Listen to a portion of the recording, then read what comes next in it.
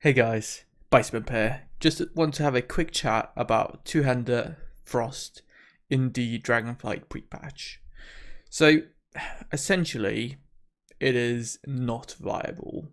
If you look at the talent tree, you might notice that Minor Frozen Wasters is in the final section, right? And it shares that with a lot of other talents that you really do need for any two-hander build to work.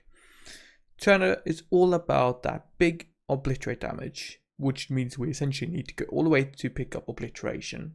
That spends you 5 points, and that's all the 5 points you can spend beyond that point, meaning you cannot pick obliteration and Minor Frozen Wasters at the same time. And this essentially means that you can't really do a proper, build with two-hander Frost, because there's no, picking Minor Frozen Wasters, not picking obliteration does not make sense at all. Right, so sadly, pretty much all instances, if you play two-hander Frost, it's going to be significantly worse. Now, I did have a think, right, because I felt, hang on, I was looking at this motes build, right, which is essentially all about doing maximum damage on the motes. It's the affix in the raid where you click on this little orb, it spawns 2 orbs you kill those, it spawns 4, and then it spawns 8, 16, and so on, right? And we can do insane amount of damage on those by hitting our Frostwing's Fury. Like a single Frostwing's Fury is a couple of billion damage. So if you were to optimize your overall damage, it might actually be better to go down to Frostwing's Fury and then go to absolute 0. And in like any 2-minute fight, you'll get 2 Frostwing Furies on motes, which would do a lot of damage. Right, extending that build, right, it doesn't really need to pick up a lot of things, right? There's lots more space. So I actually think, have a look at this build there, right? Minor Frozen Wasters going down into absolute 0.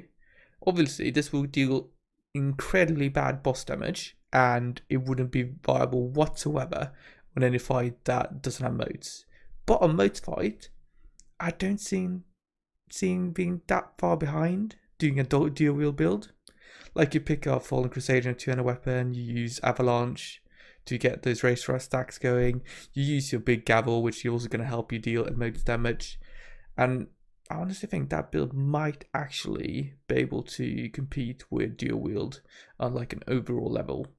Not on boss damage, 100% not on boss damage, but overall damage.